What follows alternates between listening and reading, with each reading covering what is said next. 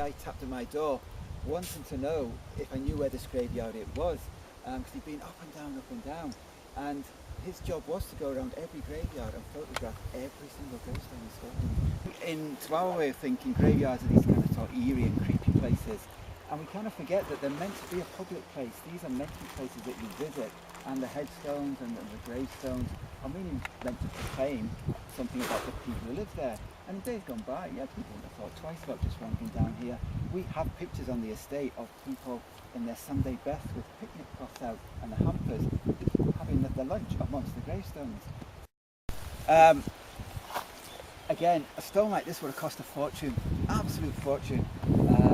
Not just the size of the stone, but the work that's involved. And I say this is just a local mason, but this would not have been cheap. And that's really what the reason most people could not afford them over again. So obviously when you dig that patch over and over again, certain bones keep coming to the surface. And the ones that survive the longest are the skull and femurs, big bones. And so over time, these just became to represent death. That's all they are. So we're seeing them constantly. So they're saying, you know, yeah, that's how you're going to end up in there. Now at the top, I was looking at an early description of this gravestone, and they're describing it, and they say above the heraldic device, shooting stars. These are not shooting stars, even though it looks like that. These are palm fronds.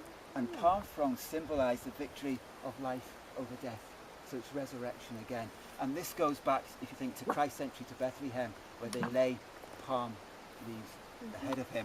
This is what it's representing. And this is the crest of the Johnstons.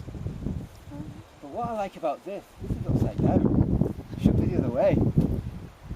So I just have in my mind that when the mason's been working on this, he's done this bit, and perhaps he's worked at this end, and he hasn't realised he should have turned around, because it is. So skull and crossbones to the bottom.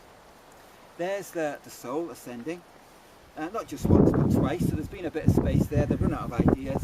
What else can we have? Let's have a little winged soul. Your Bible, your hourglass, upright. Right, a sun. This again represents God. You see these in various, sometimes it's a cloudburst, sometimes it's a ray of suns coming through, sometimes it's a sun on its own, sometimes it's a face to it. This just represents heaven.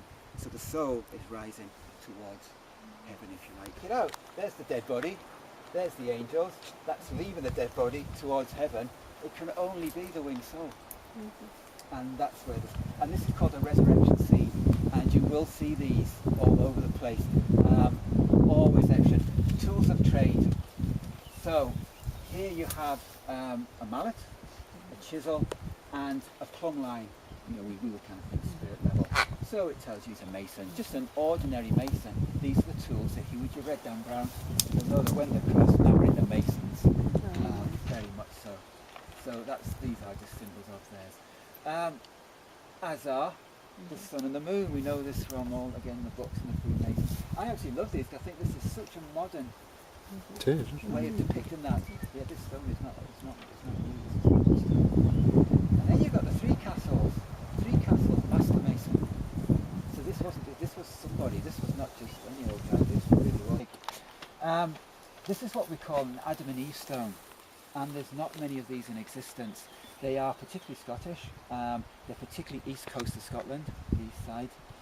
But we're quite fortunate that in this area there's a little cluster. Now, for all of Scotland, there's only 40 of these known.